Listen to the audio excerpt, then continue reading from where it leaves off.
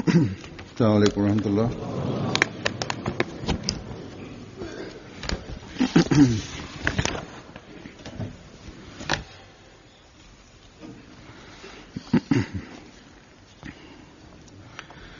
أشهد أن لا إله إلا الله وحده لا شريك له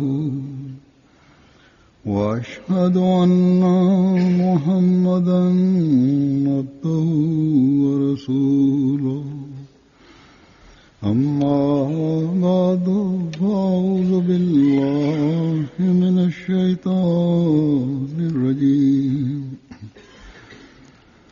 بسم الله الرحمن الرحيم الحمد لله رب العالمين الرحمن الرحيم مالك يوم الدين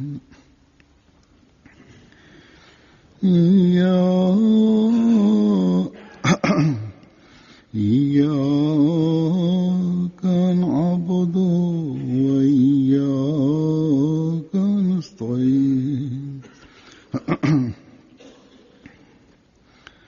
اهدنا الصراط المستقيم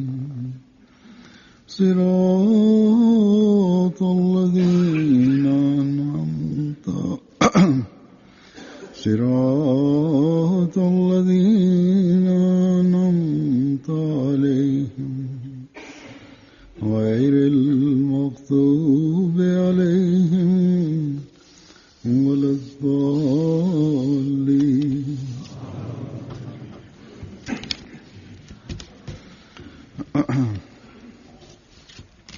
കഴിഞ്ഞ രണ്ട് ഖുത്ബകളിലായി ഞാൻ കർമ്മ സംസ്കരണത്തെ സംബന്ധിച്ച് വിശദീകരിച്ചു വരികയാണ്.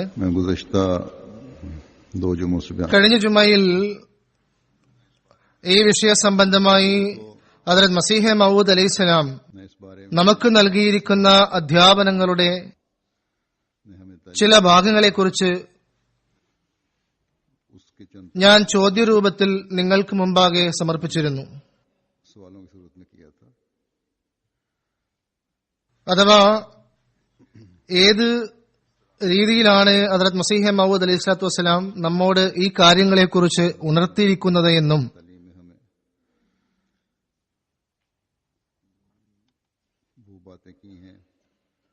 ചോദ്യോത്തര ശൈലിയിൽ നാം ആ കാര്യങ്ങൾ ചെയ്യുന്നുണ്ടോ ഇല്ലയോ എന്നതിനെ കുറിച്ചും പറഞ്ഞിരുന്നു.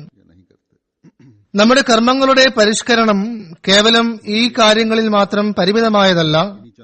ഇസ്ലാമിക അധ്യാപനങ്ങൾക്ക് എണ്ണമറ്റ വശങ്ങളുണ്ട്. എണ്ണമറ്റ കൽപ്പനകൾ വിശുദ്ധ ഖുർആനിൽ നമുക്ക് നൽകപ്പെട്ടിരിക്കുന്നു. ഹദ്റത്ത് മസീഹ് മഊദ് അലൈഹി സ്വലാത്തു വസ്സലാം തന്റെ അധ്യാപനങ്ങളിൽ നമ്മുടെ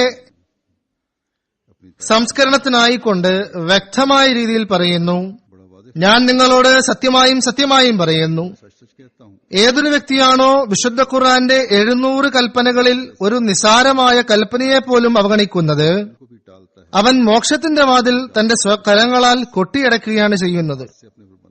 ഇത് നമ്മളെ ഭയചകിതരാക്കുന്ന വിഷയമാണ്. നാം നമ്മുടെ ഓരോ പ്രവർത്തനങ്ങളും ഓരോ ചുവടുവെപ്പും ആലോചിച്ചും ചിന്തിച്ചും എടുത്തു വയ്ക്കേണ്ടതുണ്ട്. ഞാൻ മുൻകഴിഞ്ഞ ഖുത്ബകളിലും പറഞ്ഞതാണ്, ഹദ്റത്ത് മസീഹ് മഊദ് അലൈഹി സ്വലാത്തു വസ്സലാമിന്റെ ആഗമനോദ്ദേശം വിശുദ്ധ ഖുർആന്റെ കൽപ്പനകളെ നമ്മിൽ നടപ്പിൽ വരുത്തുക എന്നതാണ്. ഈ അധ്യാപനങ്ങളെ നിലനിർത്തുക എന്നതാണ്. അതുപോലെ റസൂലെ കരീം സല്ലല്ലാഹു അലൈഹി വസല്ലമയുടെ പരിശുദ്ധ സ്വഭാവ മാതൃകയിലും അദ്ദേഹത്തിന്റെ മാർഗത്തിലും നമ്മെ നയിക്കുക എന്നതാണ്. ഈ ലക്ഷ്യപ്രാപ്തിക്കായി അദ്ദേഹം വീണ്ടും വീണ്ടും നമ്മളുടെ ശ്രദ്ധ ക്ഷണിച്ചുകൊണ്ടിരിക്കുന്നു.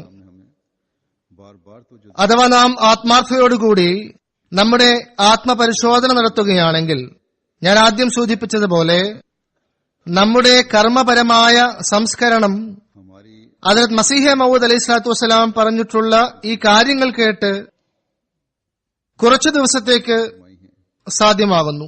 कुछ दिन के लिए പിന്നീട് വീണ്ടും ഏതവസ്ഥയിലാണോ ഉണ്ടായിരുന്നത് അതേ അവസ്ഥയിലേക്ക് തന്നെ നമ്മിൽ ഭൂരിഭാഗം ആളുകളും മടങ്ങുന്നതായി കാണുന്നതാണ്. जिस पर पहले थे, बस हम उस ഞാൻ കഴിഞ്ഞ ഖുതുബയിൽ ഉദാഹരണമായി പറഞ്ഞ കളിപ്പാട്ടത്തെ പോലെയാണ് നമ്മുടെ അവസ്ഥ. അതിന്റെ മൂടിയുടെ സമ്മർദ്ദമുള്ളതുവരെ അത് അടങ്ങിയിരിക്കുന്നു. पड़ा रहे, മൂടി തുറക്കുമ്പോൾ തന്നെ സ്പ്രിംഗ് അതിനെ പുറത്തേക്ക് എടുത്തെറിയുന്നു.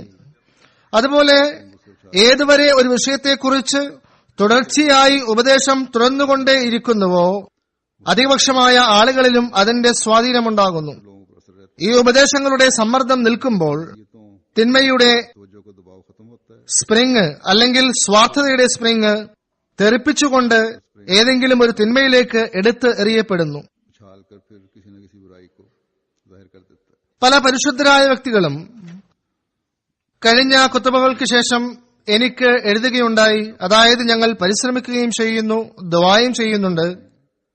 और दुआ ആയതിനാൽ ഈ ഖുതുബകളുടെ സ്വാധീനം കൊണ്ട് അടച്ചു മൂടപ്പെട്ട ഈ തിന്മയുടെ കളിപ്പാട്ടം बुराइयों का गुड्डा എന്നേക്കുമായി അടഞ്ഞു തന്നെ ഇരിക്കുവാനും അത് കുറച്ചു കാലത്തിനു ശേഷം പുറത്തേക്ക് വരാതിരിക്കുവാനുമായി താങ്കളും ദുആ ചെയ്യുക എന്നവർ അപേക്ഷിക്കുന്നു. न निकला है. എന്തായാലും നാം വിചിന്തനം ചെയ്യേണ്ടതുണ്ട്.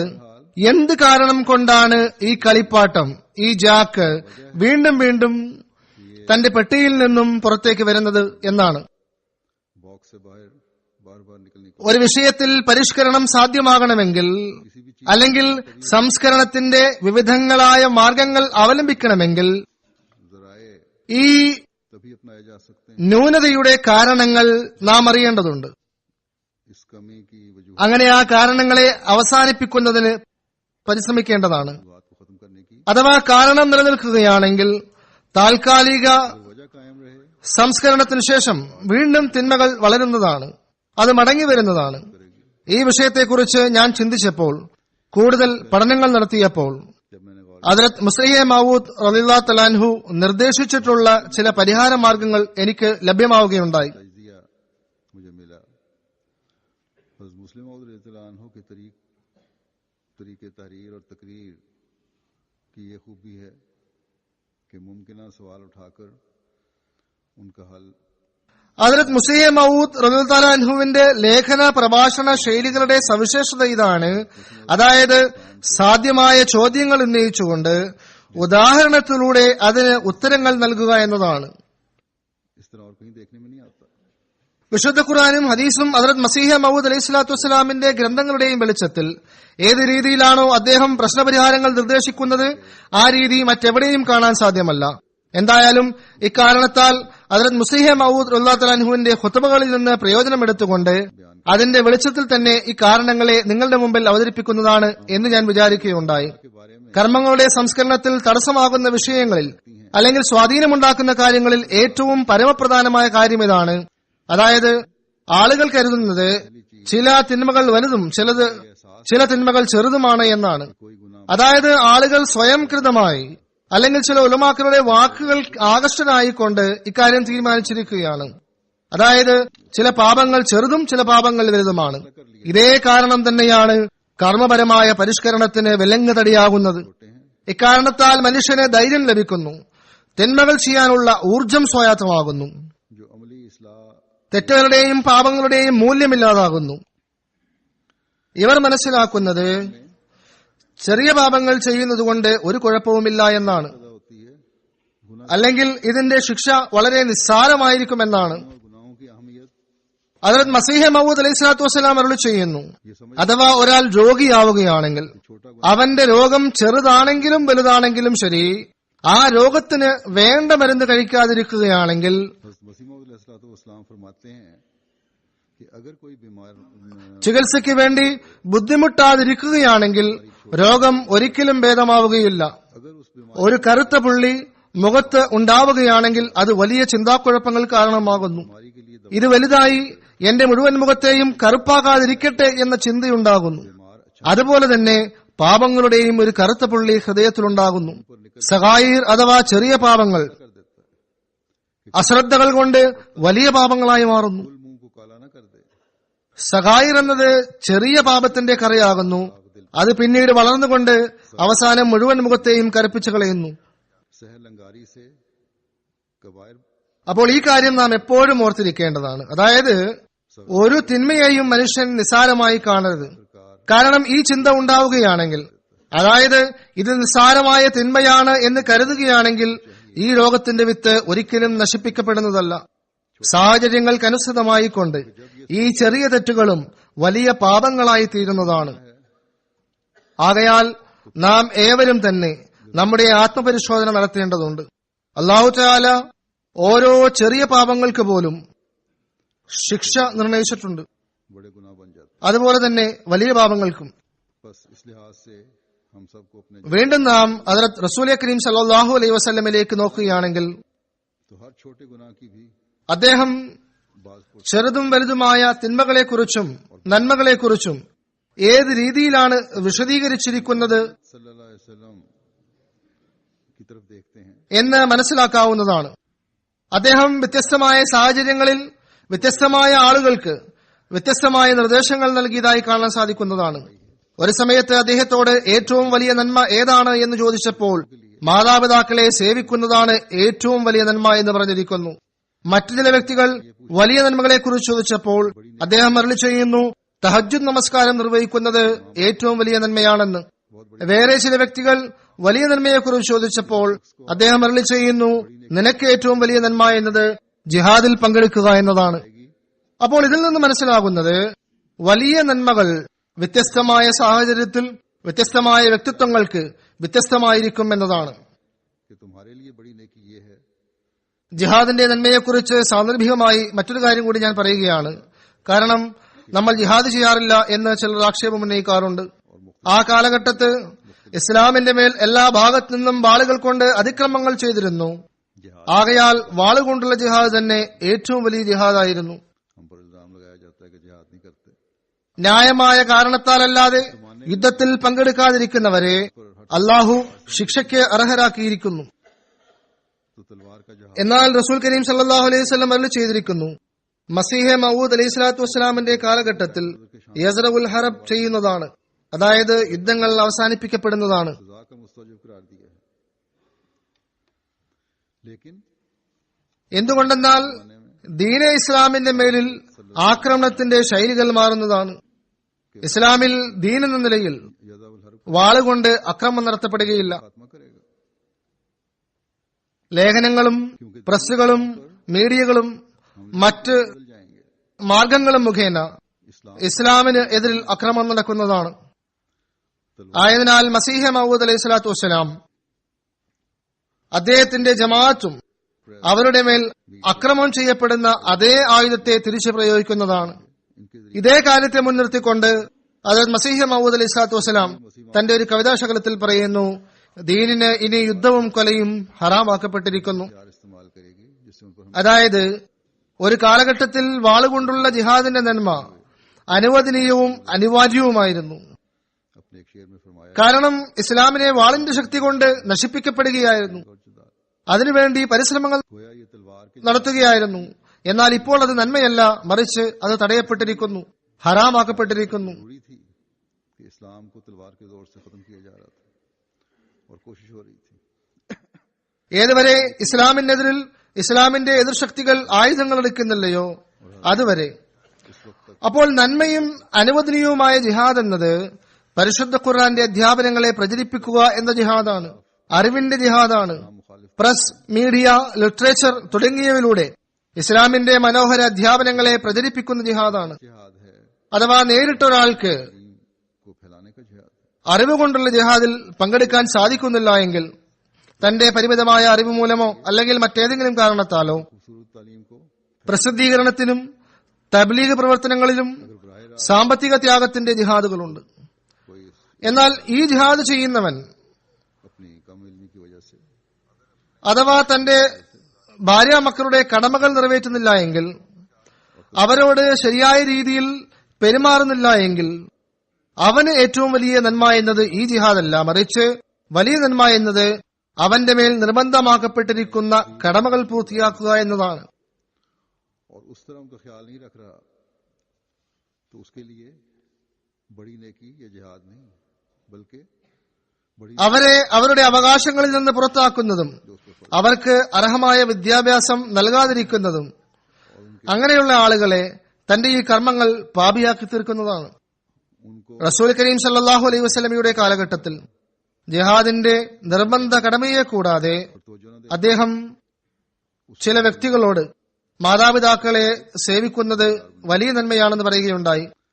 ഓരോ വ്യക്തിയും തന്നെ वसल्लम के जमाने में बावजूद ഓരോ സാഹചര്യത്തിന്റെ അടിസ്ഥാനത്തിലും വലിയ ജോലിയും വലിയ നന്മയും വ്യത്യസ്തമാക്കപ്പെട്ടിരിക്കുന്നു. അതുപോലെ തന്നെ माँ बाप തെറ്റായ കാര്യങ്ങൾക്ക് വേണ്ടി പണം ചെലവ് ചെയ്യുന്നത് നാം കാണുന്നുണ്ട്. ഇതും ഒരു തിന്മയാണ്. ഇത് തടയപ്പെട്ടിരിക്കുന്നു. ഇന്നത്തെ കാലഘട്ടത്തിൽ ചൂതുകളി യന്ത്രങ്ങളുണ്ട്. വ്യത്യസ്തമായ രീതിയിലുള്ള മറ്റ് ചൂത് വിളയാട്ടങ്ങളുണ്ട്. പല ആളുകളും ലോട്ടറികൾക്ക് അടിമകളായി ഉള്ളവരുണ്ട്. ചിലർ ചൂതുകളി യന്ത്രങ്ങളിൽ ഇരുന്നുകൊണ്ട് ചൂത് കളിക്കുന്നു. जुए की मशीनें हैं, मुख्तलिफ किस्म के जुए की എന്നാൽ അവർ ഒരിക്കലും കള്ളം പറയുന്നില്ല. कई लोग हैं സാധാരണ സാഹചര്യങ്ങളിൽ സാധാരണക്കാരായ ആളുകളോട് അവർ അതിക്രമം കാണിക്കാറില്ല, കൊല ചെയ്യാറില്ല. എന്തുകൊണ്ടെന്നാൽ അവർ ഈ പാപങ്ങളെ വലിയ തിന്മകളായി കാണുന്നു. लेकिन झूठ नहीं बोलते आम जिंदगी में आम आदमी के साथ എന്നാൽ ചൂതാട്ടത്തെയും അനാവശ്യമായ കാര്യങ്ങൾക്ക് വേണ്ടി ധൂർത്തടിക്കുന്നതിനെയും സമ്പത്ത് നശിപ്പിക്കുന്നതിനെയും ഇവർ തെറ്റായി കാണുന്നില്ല. ഇങ്ങനെയുള്ള വ്യക്തികൾക്ക് लेकिन जुए और गलत कामों में पैसे लुटाने തെറ്റായ മാർഗങ്ങളിൽ പണം ധൂർത്തടിക്കുന്നതാണ് ഏറ്റവും വലിയ പാപം. കാരണം മറ്റു തിന്മകളെ അവർ തിന്മകളായി തന്നെ കാണുന്നു. कम लुटाना बड़ा गुनाह है। അതുപോലെ തന്നെ നാം കാണുന്നത് ഒരു സ്ത്രീ തന്റെ വസ്ത്രധാരണത്തെ നാണത്തിന്റെ നിലവാരമുള്ളതാക്കി വെക്കുന്നില്ല എന്നതാണ്. പുറത്തു പോകുമ്പോൾ പർദ്ദയുടെ കാര്യത്തിൽ ശ്രദ്ധിക്കുന്നില്ല. खास को हयादार नहीं रखती, അഹമ്മദി ആയിരുന്നിട്ടുകൂടി, അഹമ്മദി എന്ന് പറയപ്പെട്ടിട്ടുകൂടി തലയിൽ തട്ടമിടാതെ बावजूद अहमदी मुसलमान होने के और कहलाने के സ്കാർഫും ഷാളുമില്ലാതെ ശരീരത്തിന്റെ നഗ്നതയെ വെളിപ്പെടുത്തുന്ന രീതിയിലുള്ള വസ്ത്രധാരണം നടത്തുന്നു. लिबास चुस्त और जिस्म की नुमाइश करने वाला है, लेकिन माली कुर्बानी के लिए कहो, किसी चैरिटी में चंदे के लिए कहो तो खुला दिल है, या झूठ से उसे नफरत है। എന്നാൽ സാമ്പത്തിക ത്യാഗത്തിനെ കുറിച്ച് പറഞ്ഞാലോ ഏതെങ്കിലും സന്നദ്ധ സംഘടനകൾക്ക് വേണ്ടി പണം നൽകാനോ പറഞ്ഞാൽ തുറന്ന ഹൃദയത്തോടെ നൽകുന്നു. അല്ലെങ്കിൽ കള്ളം പറയുന്നതിനെ അവർ വെറുക്കുന്നു. അവരുടെ മുന്നിൽ ആരെങ്കിലും കള്ളം പറഞ്ഞാൽ അവർക്കത് താങ്ങാൻ പോലും കഴിയുകയില്ല. അങ്ങനെയുള്ളവർക്ക് വലിയ നന്മ എന്നത് ചന്തയിൽ മുന്നേറുന്നതോ നുണയെ വെറുക്കുന്നതോ അല്ല, മറിച്ച് വലിയ നന്മ എന്നത് जिसको തങ്ങളുടെ വസ്ത്രങ്ങളെ നാണത്തിന്റെ നിലവാരമുള്ളതാക്കി മാറ്റുക എന്ന കൽപ്പന यही പാലിക്കുന്നതാക്കുക എന്നതാണ്. അതുപോലെ പർദ്ദയെക്കുറിച്ച് ശ്രദ്ധിക്കുക എന്നതാണ്. बड़ी ഏതിനെയാണോ ചെറിയ നന്മയെന്ന് കരുതി അവർ അവഗണിച്ചു കളഞ്ഞത് അത് തന്നെ ഒരു സമയത്ത് വലിയ നാശത്തിന് ഹേതുവായി തീരുന്നതാണ്. ചുരുക്കത്തിൽ ഓരോ നന്മയുടെയും തിന്മയുടെയും നിലവാരം എന്നത് ഓരോ വ്യക്തിയുടെയും സാഹചര്യത്തിന്റെ അടിസ്ഥാനത്തിലാണ്. വ്യത്യസ്തമായ സാഹചര്യങ്ങളിൽ വ്യത്യസ്തരായ ആളുകളുടെ പ്രവർത്തനം नेकी और बदी की तारीफ നന്മയുടെയും തിന്മയുടെയും നിർവചനത്തെ അവർക്ക് മാറ്റിയെഴുതപ്പെടുന്നതാണ്. ഏതുവരെ ഈ ചിന്ത ഉണ്ടാകുന്നുവോ, അതായത് ഇന്ന തിന്മ വലുതാണ്, ഇന്നത് ചെറുതാണ്, അതുപോലെ ഇന്ന നന്മ വലുതാണ്, ഇന്നത് ചെറുതാണ്, फलां नेकी बड़ी है और फलां नेकी छोटी, അതുവരെ മനുഷ്യൻ തിന്മയിൽ നിന്ന് രക്ഷപ്പെടുന്നതുമല്ല. ना बदियों से बच सकता है ना नेकियों की तौफीक पा सकता है। നന്മകൾക്കുള്ള സൗഭാഗ്യം ലഭിക്കുകയുമില്ല. ये बात रहनी चाहिए।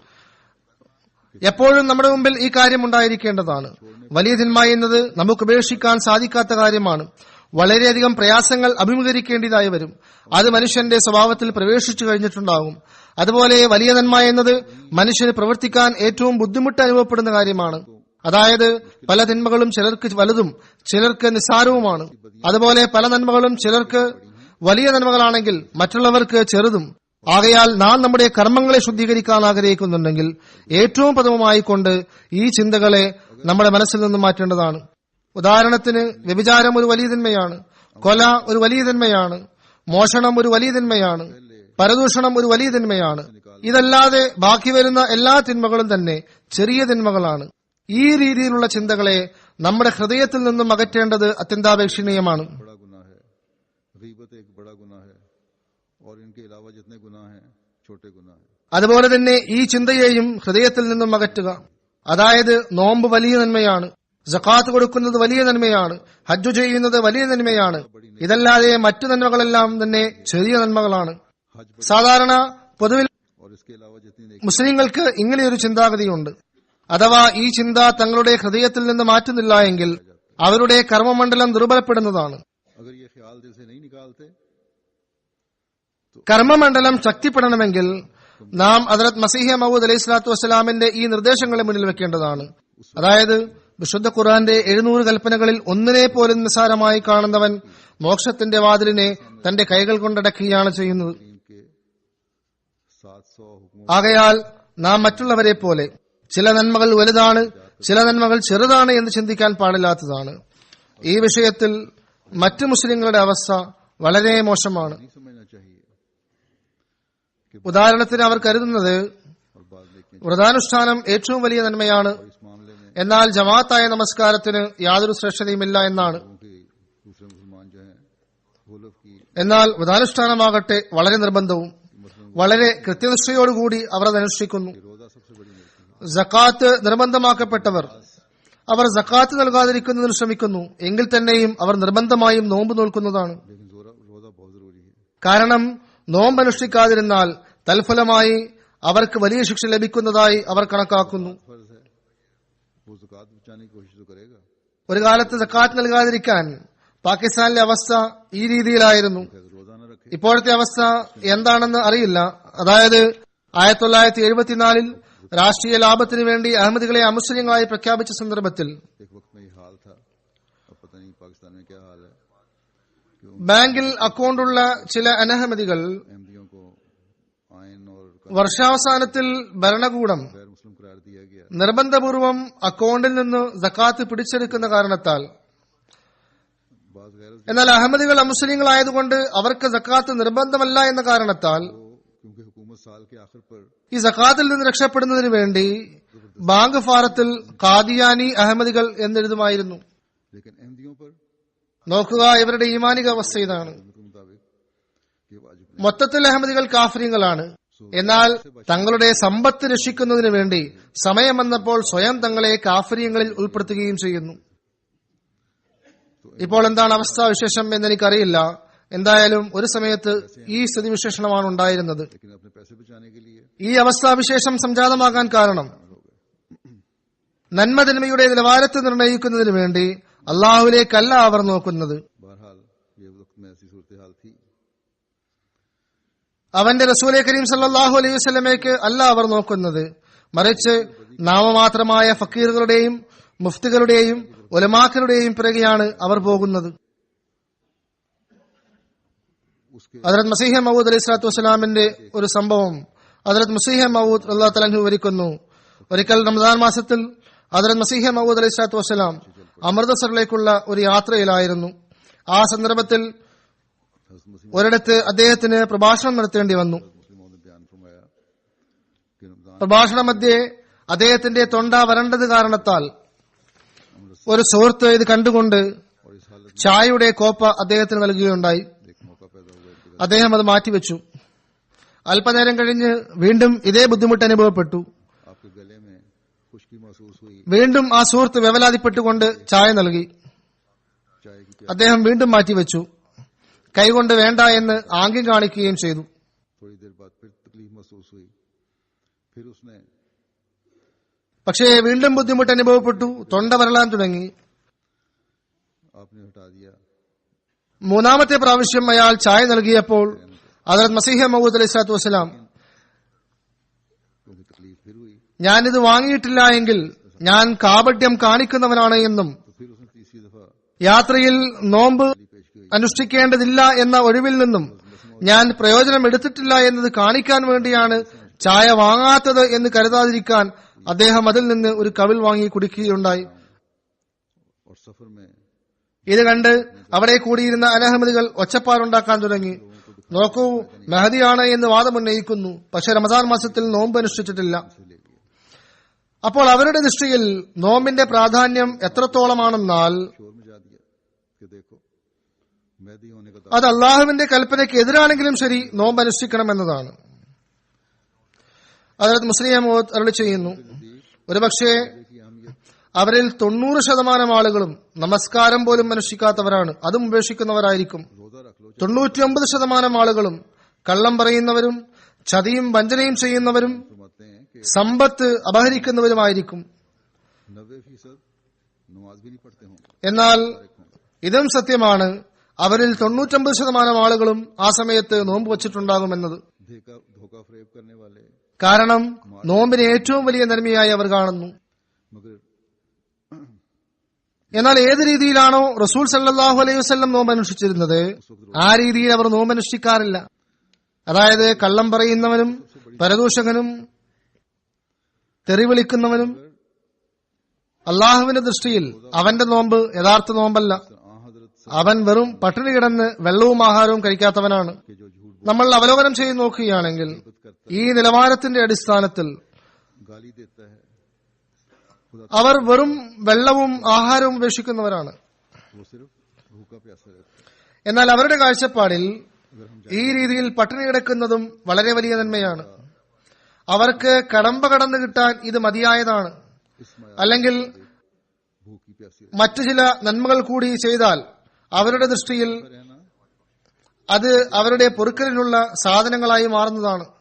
और उनका बीड़ा पार करने ഇത്തരക്കാർ ഭൂമിയിൽ या चंद मजीद नेकियों को जो उनके नजदीक बड़ी हैं നന്മകൾ നിലനാട്ടുന്നവരായി മാറുകയില്ല. कि इसी से हमारी बख्शिश के समान होगा। തിന്മകളുടെ നിലവാരം മനസ്സിലാക്കുവാനും അവർക്ക് കഴിയുകയില്ല. ऐसे लोगों ने അവർ സ്വയം കൽപ്പിതമായ വലിയ നന്മകളുടെയും ചെറിയ നന്മകളുടെയും വലിയ തിന്മകളുടെയും ചെറിയ തിന്മകളുടെയും നിലവാരം കണ്ടെത്തിയിരിക്കുന്നു.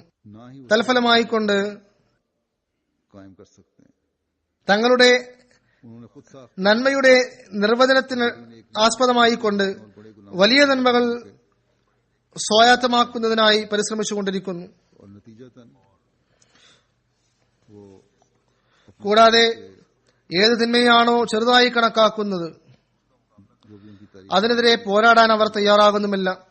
बड़ी नेकी को इख्तियार അതിനെ ഉപേക്ഷിക്കാതിരിക്കുന്നതിന്റെ കാരണം തന്നെ അതിനെതിരെ പോരാടാൻ അവർ കഴിവില്ല എന്നതാണ്. बदी को അപ്പോൾ അങ്ങനെ ഒരു തെറ്റിൽ നിന്ന് മറ്റൊരു തെറ്റിലേക്ക് പോയിക്കൊണ്ടേയിരിക്കുന്നു. എന്നാൽ ഇസ്ലാം का मुकाबला करने के लिए तैयार അനുഷ്ഠിക്കാൻ ബുദ്ധിമുട്ടുള്ള കർമ്മങ്ങളെയാണ് വലിയ നന്മയാക്കി വച്ചിരിക്കുന്നത്.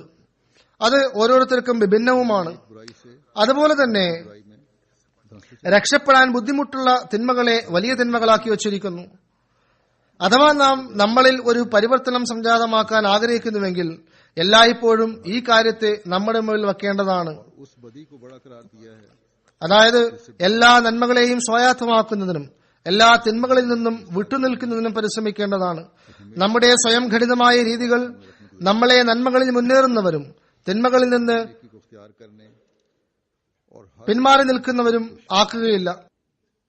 ചില സന്ദർഭങ്ങളിൽ മനുഷ്യൻ साख्ता तारीफ സ്വയം കൽപ്പിതമായ രീതികളിൽ കൂടി സഞ്ചരിച്ചുകൊണ്ട് नेकियों पर कदम मारने वाला ചില തിന്മകൾ ഉപേക്ഷിക്കുകയും ചിലത് ഉപേക്ഷിക്കാതിരിക്കുകയും ചില നന്മകൾ സ്വായത്തമാക്കുകയും ചിലത് വിട്ടുകളയുകയും ചെയ്യുന്നത് औकात इस तरह इंसान अपने आप പലപ്പോഴും തനിക്ക് തന്നെ നഷ്ടങ്ങൾ വരുത്തി വയ്ക്കുന്നതിന് കാരണമായി തീരുന്നതാണ്.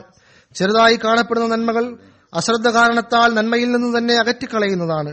पर कुछ ना പലപ്പോഴും നിസാരമായി കാണപ്പെടുന്ന തിന്മകൾ ആത്മീയതയ്ക്ക് आने वाली കണക്കില്ലാത്ത നഷ്ടങ്ങൾ വരുത്തി വയ്ക്കുന്നതിന് കാരണമായി തീരുന്നതാണ്. में तवज्जो की वजह से അള്ളാഹുവിൽ നിന്ന് ലഭിക്കുന്ന അനുഗ്രഹത്തെയും പരിശുദ്ധതയെയും പവിത്രതയെയും മനുഷ്യൻ നഷ്ടപ്പെടുത്തി കളയുന്നവനാകുന്നു. रूहानियत को नाकाबिले तलाफी नुकसान पहुंचा അതുപോലെ ചില തിന്മകളെ നിസാരമായി കാണുന്നതിന്റെ ഫലമായി കൊണ്ട് ताला की तरफ തിന്മയുടെ വിത്ത് ഉള്ളിൽ അവശേഷിക്കുകയും तहारत और അത് സന്ദർഭം തേടിക്കൊണ്ടിരിക്കുകയും സന്ദർഭം പാർത്തിരുന്ന് അത് പുറത്തു വരികയും ചെയ്യുന്നതാണ്.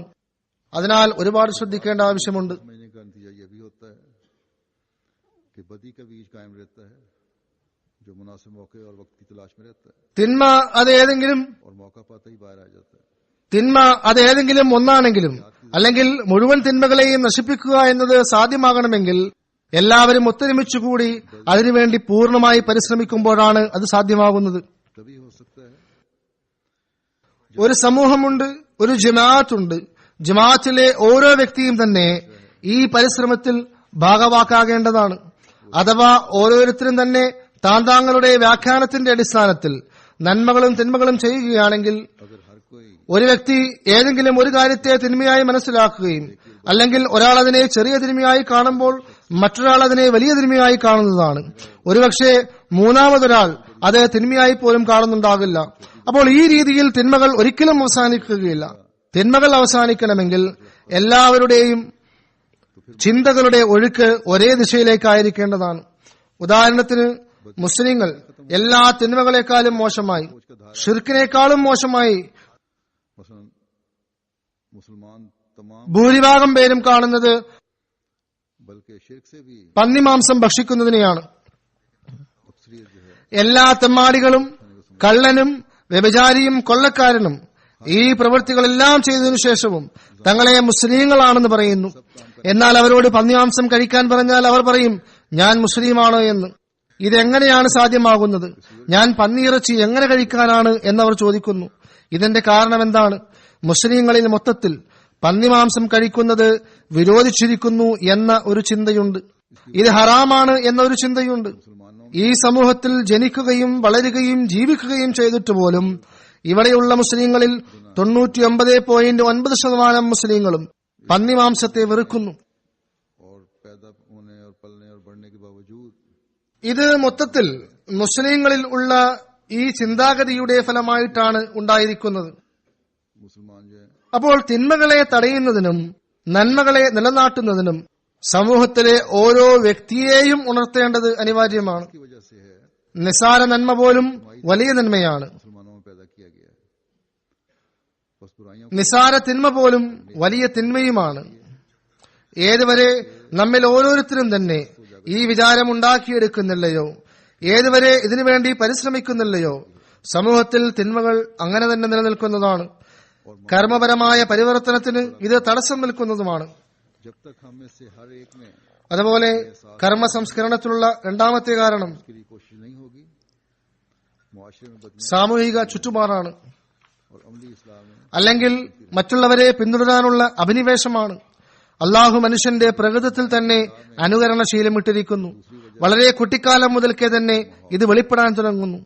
കാരണം ഇത് പ്രകൃതത്തിൽ അടങ്ങിയിരിക്കുന്നു. ताला ने इंसान की फितरत में ചെറിയ കുട്ടികളുടെ പ്രകൃതത്തിൽ പോലും അനുകരണശീലത്തിന്റെ ലാഞ്ചനയുണ്ട്. ഇത് നമ്മുടെ പ്രയോജനത്തിന് വേണ്ടി തന്നെയാണ്. എന്നാൽ ഇതിന്റെ തെറ്റായ ഉപയോഗം മനുഷ്യനെ നാശത്തിലേക്ക് നയിക്കുന്നു, भी ये नकल का मादा है। ചിലപ്പോൾ നശിപ്പിക്കുകയും ചെയ്യുന്നു.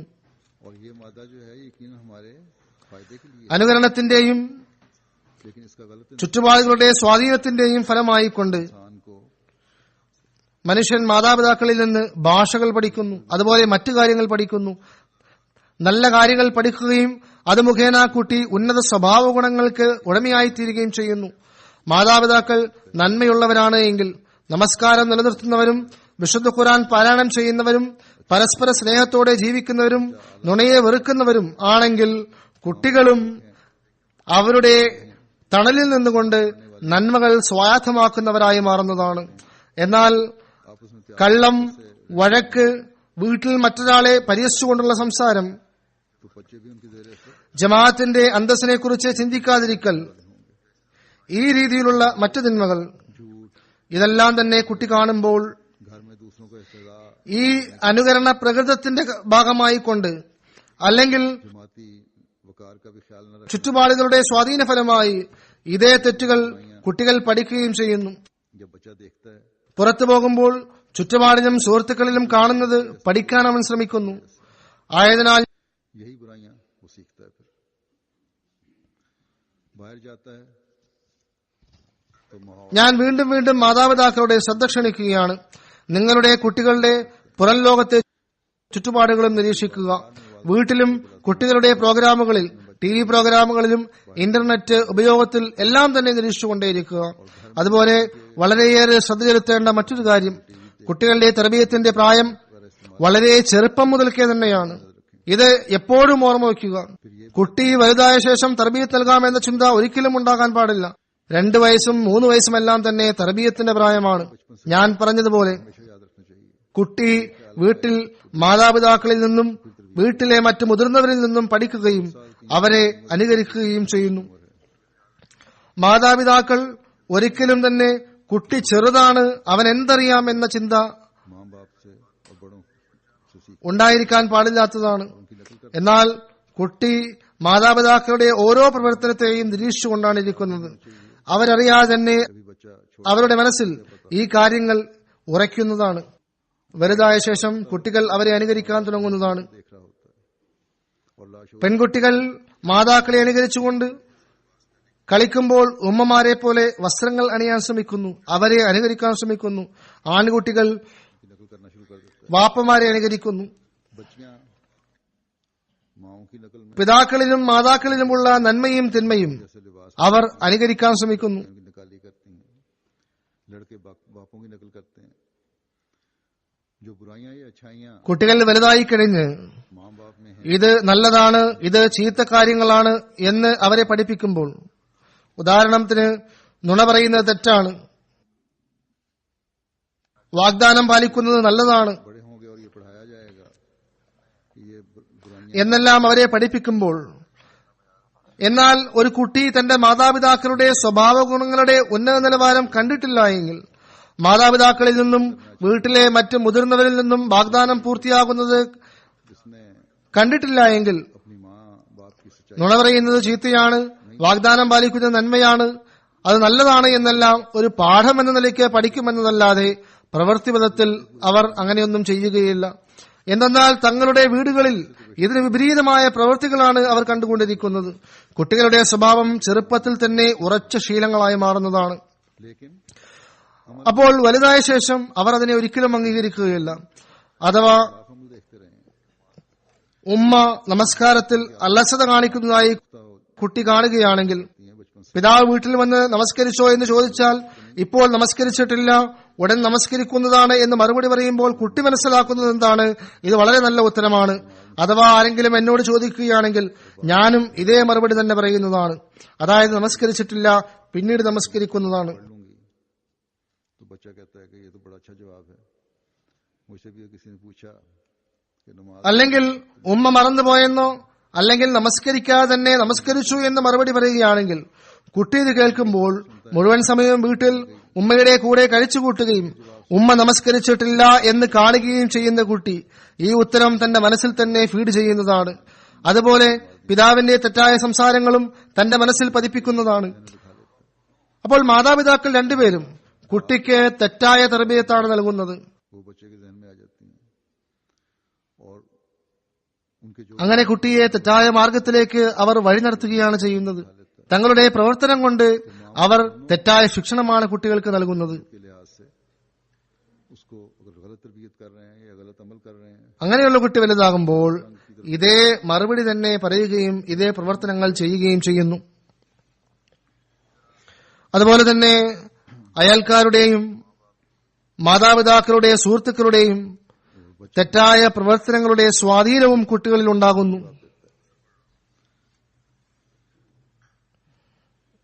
इसी तरह हम അഥവാ യഥാർത്ഥ കർമ്മ പരിഷ്കരണം സംജാതമാകണമെങ്കിൽ തങ്ങളുടെ സന്താനങ്ങളുടെ, തങ്ങളുടെ മക്കളുടെ ഭാവിയിലെ പ്രവർത്തനങ്ങൾ ചൊവ്വുള്ളതാകണമെങ്കിൽ മാതാപിതാക്കൾക്ക് തങ്ങളുടെ അവസ്ഥയിലേക്കും ദൃഷ്ടി പതിപ്പിക്കേണ്ടതുണ്ട്. अगर हकीकी अमली इस्लाह करनी है अपनी नस्ल की, अपनी औलाद की, ताकि आइंदा अमली इस्लाह का मयार बुलंद हो, തങ്ങളുടെ സുഹൃത്ത് ബന്ധങ്ങളെയും പ്രവർത്തനപരമായി ചൊവ്വുള്ളവരുമായി സ്ഥാപിക്കാൻ ശ്രമിക്കേണ്ടതാണ്.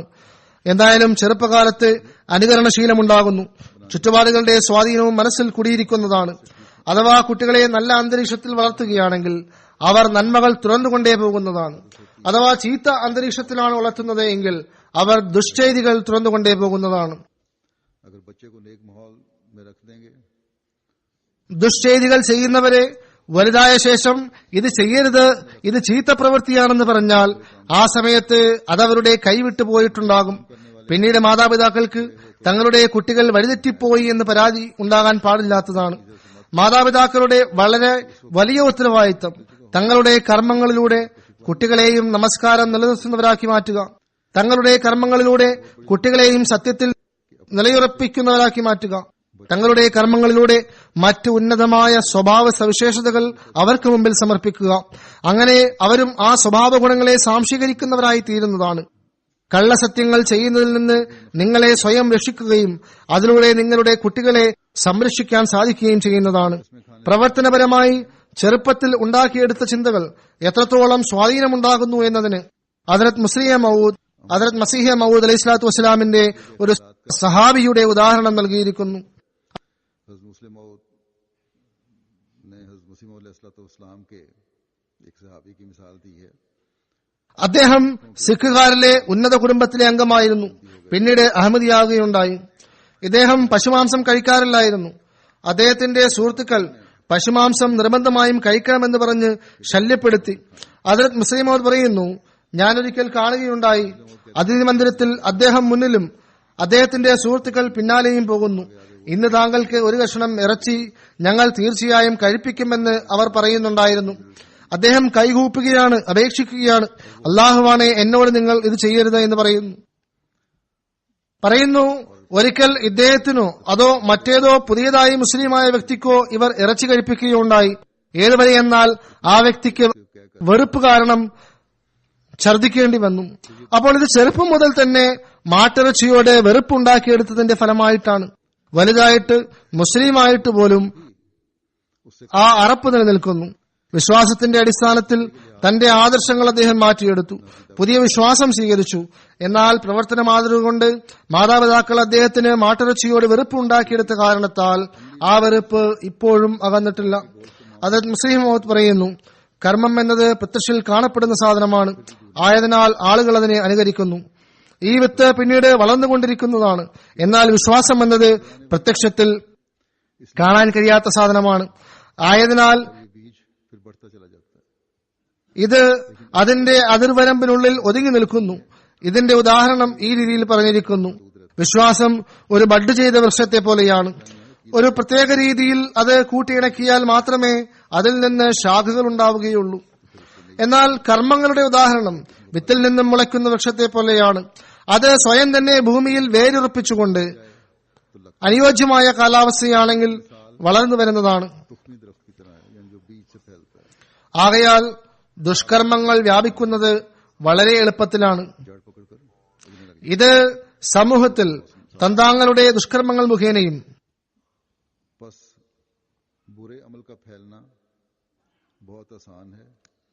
ചിലപ്പോൾ അന്യരുടെ ദുഷ്ചെയ്തികൾ കാരണത്താലും വ്യാപിക്കുന്നു. അതായത് നന്മതിന്മകളുടെ വ്യാപനത്തിൽ ചുറ്റുപാടിന് വളരെയധികം സ്വാധീനമുണ്ട്. ആകയാൽ എല്ലായ്പ്പോഴും തന്നെ ഈ കാര്യങ്ങളെ നമുക്ക് നമ്മുടെ മുമ്പിൽ വെക്കേണ്ടതുണ്ട്.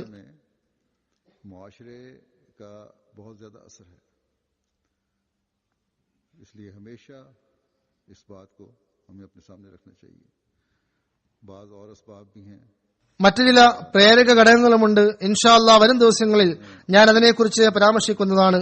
അല്ലാഹു തആല നമുക്ക് നമ്മുടെ സംസ്കരണത്തിലേക്കും നമ്മുടെ സന്താനങ്ങളുടെ പരിഷ്കരണത്തിലേക്കും ശ്രദ്ധിക്കുന്നതിനുള്ള തൗഫീഖ് നൽകി അനുഗ്രഹിക്കുമാറാവട്ടെ. ആമീൻ. ഇന്ന് വളരെ ദുഃഖകരമായൊരു വാർത്തയുണ്ട്. നമസ്കാരത്തിന് ശേഷം ഞാനൊരു ജനാസയെ നമസ്കരിക്കുന്നതാണ്. ബഹുമാനപ്പെട്ട ഖാലിദ് അഹമ്മദ് അൽ ബറാഖി സാഹിബ് മർഹൂം സിറിയയുടേതാണ്. ഖാലിദ് ബറാഖി സാഹിബ് എഞ്ചിനീയർ ആയിരുന്നു. 37 വയസ്സ് പ്രായമായിരുന്നു അദ്ദേഹത്തിന്. ഇദ്ദേഹത്തിന്റെ മാതാപിതാക്കൾക്ക് 1986 ദമിഷ്കിന്റെ നവായി പ്രദേശത്തുള്ള ഒരു ഗ്രാമത്തിൽ ആദ്യം ബയ്യത്ത് ചെയ്യുന്നതിനുള്ള ഭാഗ്യം ലഭിച്ചു. ബയ്യത്തിന് ശേഷം അദ്ദേഹത്തിന്റെ പിതാവിന് എതിർപ്പിനും ഭീഷണിക്കുമൊപ്പം 1889 6 മാസം ജയിലിലും കിടക്കേണ്ടി വന്നു. അതുപോലെ സമീപകാലത്ത് സിറിയയിൽ നടന്ന ഫസാദുകളിലും 2012 13 ഇദ്ദേഹത്തിന്റെ പിതാവിനെ അറസ്റ്റ് ചെയ്യുകയുണ്ടായി. ഖാലിദ് ബറാഖി സാഹിബിന്റെ എല്ലാ സഹോദരന്മാരും ബാല്യകാലം മുതൽക്ക് തന്നെ അഹമ്മദികളാണ്. ഇദ്ദേഹത്തിന് സെപ്റ്റംബർ 18, 2013 വൈകുന്നേരം അവിടുത്തെ ഇന്റലിജൻസ് ഏജൻസിയുടെ ഏതോ ഒരു ബ്രാഞ്ച് അറസ്റ്റ് ചെയ്യുകയുണ്ടായി. അതിനുശേഷം ഇദ്ദേഹത്തിനെ കുറിച്ച് യാതൊരു വിധമായ അറിവും ആർക്കും ലഭിച്ചിട്ടില്ല. ഏതുവരെ എന്നാൽ ഡിസംബർ 9, 2013 ഇദ്ദേഹത്തിന്റെ പിതാവിനെ മിലിറ്ററി ഇന്റലിജൻസ് ഏജൻസിയുടെ ഒരു ബ്രാഞ്ചിൽ വിളിപ്പിക്കുകയുണ്ടായി. അവിടെ ഇദ്ദേഹത്തിന്റെ മകന്റെ പേപ്പറുകൾ കയ്യിൽ പിടിപ്പിച്ചു കൊടുത്തിട്ട് പറഞ്ഞു, माफी इनके वालिद साहब को नहीं दी गई। ഒക്ടോബർ 28, 2013 ഇദ്ദേഹം വഫാത്തായി എന്ന് പറയുകയുണ്ടായി. ഇന്നാലില്ലാഹി വ ഇന്നാ ഇലൈഹി റാജിഊൻ. ഇദ്ദേഹത്തിന്റെ മൃതശരീരവും പിതാവിന് നൽകിയില്ല. ഇവിടെ അദ്ദേഹത്തിന് ലഭിച്ച പീഡനങ്ങൾ കാരണമായി അദ്ദേഹം വഫാത്തായിരിക്കാനാണ് സാധ്യത എന്നാണ് മനസ്സിലാക്കാൻ കഴിയുന്നത്. ഖാലിദ് അൽ ബറാഖി സാഹിബ് നന്മയും തഖ്വയും സൽസ്വഭാവവും ദീനീ അധ്യാപനങ്ങളുടെ സംരക്ഷകനുമായിരുന്നു. അവിടുത്തെ ധാരാളം അഹമ്മദികളും അനഹമ്മദികളും ഇതിനെ സാക്ഷ്യപ്പെടുത്തുന്നു. വിശുദ്ധ ഖുർആൻ തിലാവത്ത് ചെയ്യുമ്പോൾ ഇദ്ദേഹത്തിന്റെ സ്വരം അസാധാരണമാം വിധം മനോഹരമായി തീരുമായിരുന്നു. വളരെ ലോലഹൃദയനും ആളുകളോട് ദയയുള്ളവനും തന്നിൽ അർപ്പിതമാക്കുന്ന ഏതു ജോലിയും വളരെ സന്തോഷത്തോടുകൂടി ചെയ്യുന്നവനും സഹായവും ആത്മാർത്ഥതയും ജമാഅത്ത് വ്യവസ്ഥയോടും ഖിലാഫത്തിനോടും സ്നേഹം ഉള്ളവനായിരുന്നു. തന്റെ രാജ്യത്തോടും മുഴുവൻ ജനസമൂഹത്തോടും സ്നേഹമുള്ള വ്യക്തിയായിരുന്നു. ഒരു ലോക്കൽ ജമാഅത്തിന്റെ പ്രസിഡന്റുമായിരുന്നു. ഈ സമയത്ത് സെക്രട്ടറി താലീമുൽ ഖുർആൻ ബഫയാസിയായിക്കൊണ്ട് സേവനം ചെയ്തു വരികയായിരുന്നു. മൂസിയായിരുന്നു. കൃത്യനിഷ്ഠയോടുകൂടി ചന്ത നൽകുന്ന വ്യക്തിയായിരുന്നു. ഇദ്ദേഹത്തിന്റെ ഭാര്യയും അഹമ്മദിയാണ്. 3 കുട്ടികളുണ്ട്. മകൾ ഷുറൂഖ്, മകൻ അഹമ്മദ് എന്നിവർ രണ്ടുപേരുടെയും പ്രായം 6 വയസ്സിൽ താഴെയാണ്. ഹസാമുദ്ദീൻ അദ്ദേഹത്തിന്റെ 3ാമത്തെ കുട്ടി. ഇദ്ദേഹം അറസ്റ്റ് ആകുന്നതിന് ഏതാനും ദിവസം മുമ്പ് ജനിച്ച കുട്ടിയാണ്. വഖഫെ നോയിൽ അംഗമാണ് ഈ കുട്ടി. തന്റെ ഫേസ്ബുക്കിൽ അറസ്റ്റ് ആകുന്നതിന് മുമ്പ് ഖാലിദ് അൽ ബറാഖി സാഹിബ് ഇങ്ങനെ എഴുതിയിരുന്നു: രാജ്യസ്നേഹം ഈമാന്റെ ആവേശമാണ്. അല്ലയോ നാഥ, ഞങ്ങളുടെ രാജ്യത്തെ സംരക്ഷിക്കണമേ. ഇതിന്റെ എല്ലാ പരാധീനകളിൽ നിന്നും നീ സ്വാതന്ത്ര്യം നൽകണമേ. ഇതിനെ മുമ്പത്തെക്കാൾ ഉപരി ശക്തവും മനോഹരവുമാക്കണമേ. ഇതിലെ നിവാസികളെ നിന്റെ സമീപസ്ഥരാക്കണമേ. ഈ രാജ്യവാസികളുടെ ഹൃദയങ്ങൾ തമ്മിൽ നീ ഇണക്കണമേ. ഇവരെ പരസ്പരം സ്നേഹിക്കുന്നവരാക്കി മാറ്റണമേ. അല്ലയോ അല്ലാഹുവേ, നീ എന്നേക്കുമായി ശാന്തി സമാധാനത്തെയും നന്മയെയും പ്രചരിപ്പിക്കുന്നതിനായി ഈ രാജ്യങ്ങളുടെ സജ്ജനങ്ങളെ സഹായിക്കണമേ. അല്ലാഹു ഈ രാജ്യത്തിനു വേണ്ടിയുള്ള ഈ ദുആ മുഴുവൻ മുസ്ലിം ലോകത്തിനു വേണ്ടിയും ഈ രാജ്യങ്ങൾക്ക് വേണ്ടിയും സ്വീകരിക്കുമാറാകട്ടെ. അങ്ങനെ ഈ രാജ്യത്തെ ഫസാദുകൾ അവസാനിക്കുമാറാകട്ടെ. തായൻ നദീം സാഹിബ് പറയുന്നു, ഖാലിദ് ബറാഖി സാഹിബ് എന്നോട് ഇപ്പോഴും ഇമെയിൽ മുഖേന ബന്ധപ്പെട്ടുകൊണ്ടിരിക്കുമായിരുന്നു. സിറിയയിൽ താമസിക്കുന്ന സമയത്ത് ഞങ്ങൾ ഇദ്ദേഹവുമായി പരിചയപ്പെട്ടു. വിനയത്തിന്റെയും ആതിഥേയത്തിന്റെയും ഉദാഹരണമായിരുന്നു ഇദ്ദേഹം. വളരെ വിനയാന്വിതനും സുസ്മരവദനനും എളിമയുള്ളവനുമായിരുന്നു. ദമിഷ്കിൽ ജമാഅത്തിന്റെ ഒരു വീടിലായിരുന്നു അദ്ദേഹം താമസിച്ചിരുന്നത്. അത് ഒരു ബർക്കത്തായിക്കൊണ്ടാണ് അദ്ദേഹം ഉപയോഗിച്ചിരുന്നത്. അദ്ദേഹത്തിന് അറിവ് നേടാൻ എത്രമാത്രം ദാഹമുണ്ടായിരുന്നെന്നാൽ മിക്കപ്പോഴും തന്റെ ഒരു കസിനോടൊപ്പം ഞങ്ങളുടെ അടുത്തേക്ക് വരുമായിരുന്നു. അറിവുപൂർവമായ കാര്യങ്ങൾ സംസാരിക്കുമായിരുന്നു. ജമാഅത്തിന്റെ ഏത് ഗ്രന്ഥം ലഭിച്ചാലും വളരെ സ്നേഹത്തോടും ആവേശത്തോടും കൂടി വായിച്ചു തീർക്കുമായിരുന്നു. ജമാഅത്തിന്റെ പഴയ ലൈബ്രറിയിൽ നിന്നും ചില അറബി ഗ്രന്ഥങ്ങളും മാഗസിനായ അൽ ബുഷ്രയുടെ പഴയ പതിപ്പിൽ നിന്നും ലേഖനങ്ങൾ എടുത്തുകൊണ്ട് കമ്പ്യൂട്ടറിൽ ടൈപ്പ് ചെയ്യുകയും അത് ഞങ്ങൾക്ക് അയച്ചു തരികയും ചെയ്യുമായിരുന്നു. വ്യത്യസ്തമായ ഗ്രന്ഥങ്ങൾ തർജ്ജമ ചെയ്തവയിൽ നിന്ന് പ്രൂഫ് റീഡിംഗിനും മറ്റും സഹായിക്കുമായിരുന്നു.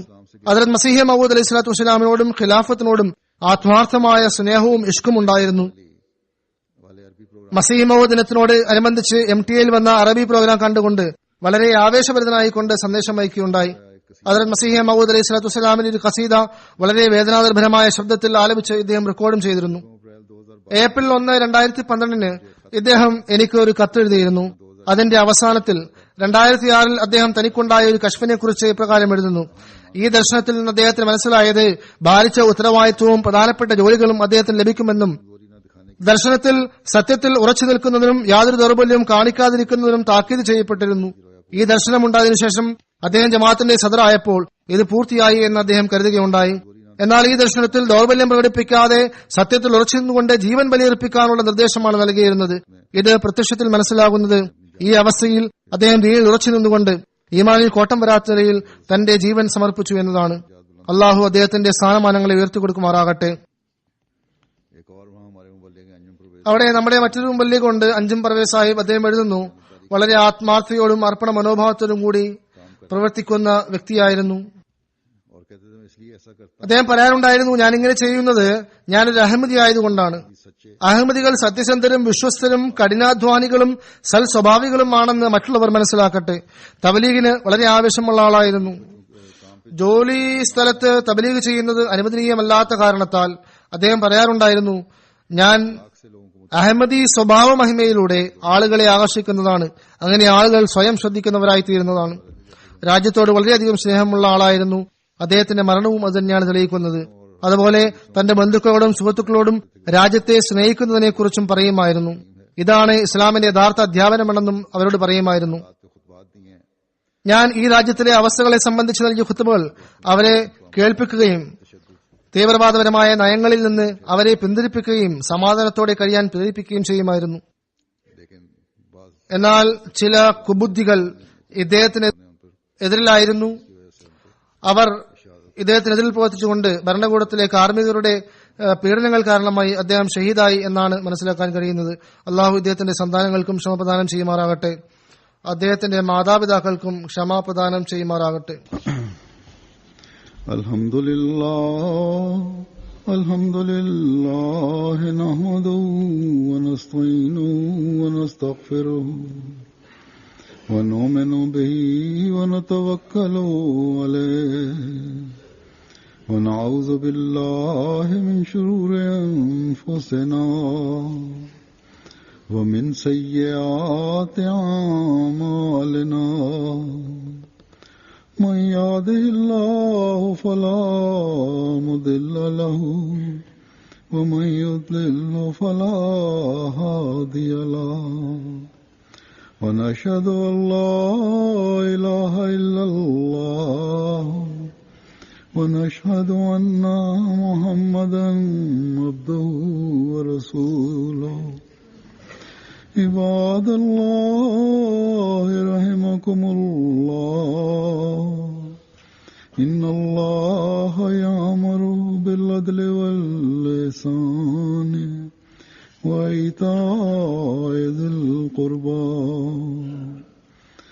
وينهى عن الفحشاء والمنكر والبغي يعظكم لعلكم تذكرون اذكروا الله يذكركم وادعوه يستجب لكم ولذكر الله أكبر.